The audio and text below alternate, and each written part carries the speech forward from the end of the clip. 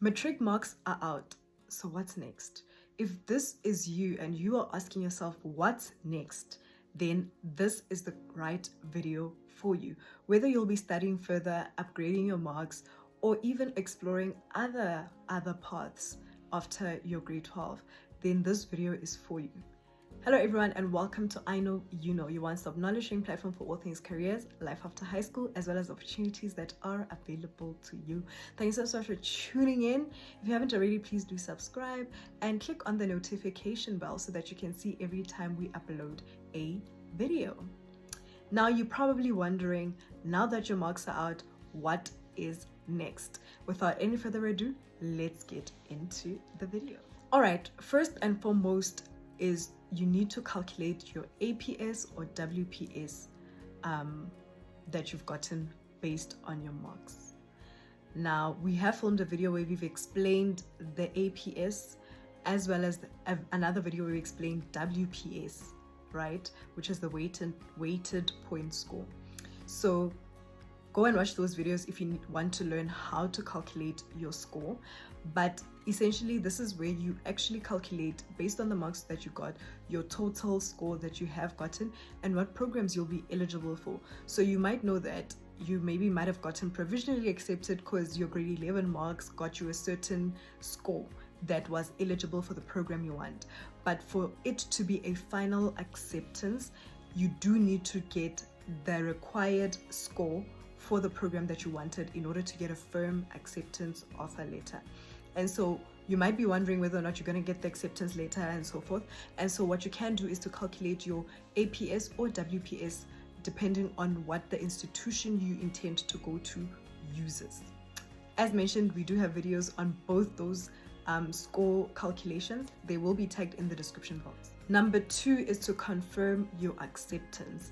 Now, you might have gotten a provisional acceptance and now you do need to actually confirm your acceptance. Remember, you yourself might have gotten multiple provisional acceptances and you obviously won't be accepting all of them.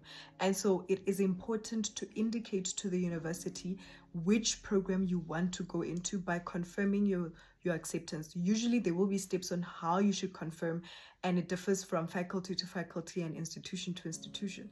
And so make sure you accept the offer that you do want to pursue, because without accepting, they will consider that you are not going to be taking it up, and they may even allocate that spot to another student. So to ensure that you are firmly accepted, make sure you confirm your acceptance. Step number 3, if you haven't gotten into an institution at all, explore late applications.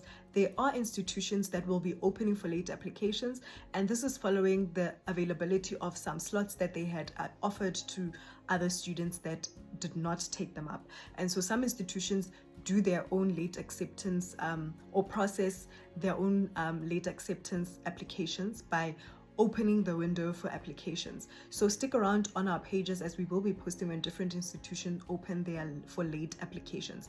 However, you can also consider applying to the Central Applications Clearance House, which is a government created platform where you can apply to, and they can allocate you to an institution that has an opening for the program that you want to apply for and the one that you qualify for. So whether you hadn't applied or you applied and you were rejected before, but you've actually now gotten the marks that are necessary for the programs you want to apply to, you can apply to the Central Applications Clearance House. We do have a video where we've explained in detail how to apply, how the process works, and so forth. And watch that video if this is relevant to you. Number 5, explore your options. Whether you want to take a gap year, do a learnership, start working, whatever option you think makes sense for your journey. Remember, no journey is right and no journey is wrong. If you speak to the adults in your life, you will see that every person walked their own journey, and the different options that they had available to them channeled them into specific journeys that ended up working out for them. And so please be open-minded when it comes to what it is that you can do after grade 12. We do have a video where we titled 15 different things that you can do after matric.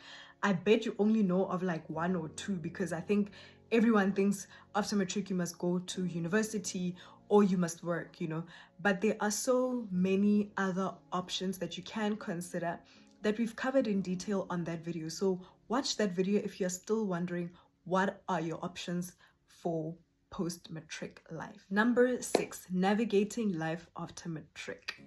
Now, for the past 12 or so years, you have been in the schooling system, and it's very rigid because you go into a grade, there are certain skills you need to learn that you get taught, and you need to pass them at a certain level to proceed to the next class.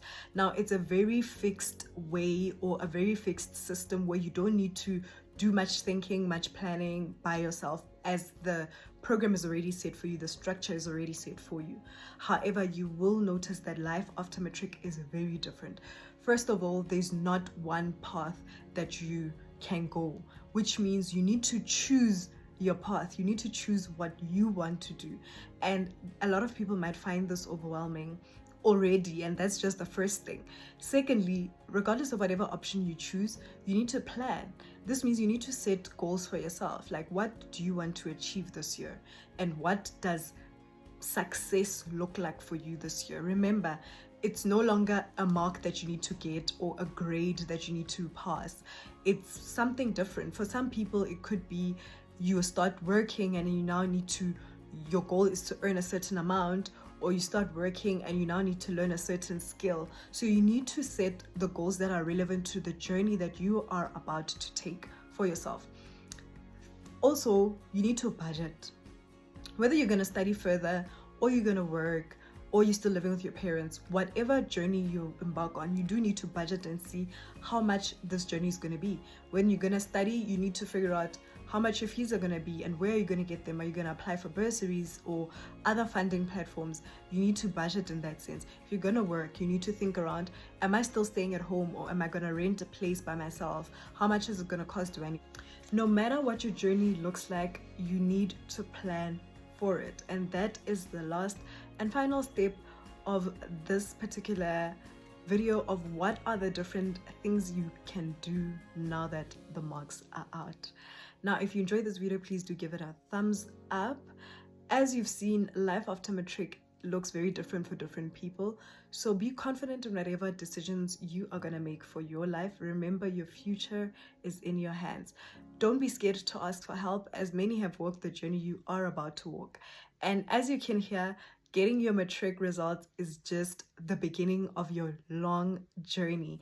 And so embrace the journey and what it looks like for you, and make the best out of the situation that you're in. There might be people that you think are in a better position than you, but you also might be in a better position than many others. And so you need to just embrace the journey that you are on and make the most of it and work towards your ultimate goals. All the best. Comment down below what your next journey or next step is, and let us know if you need any support or have any questions. See you in the next video. Bye.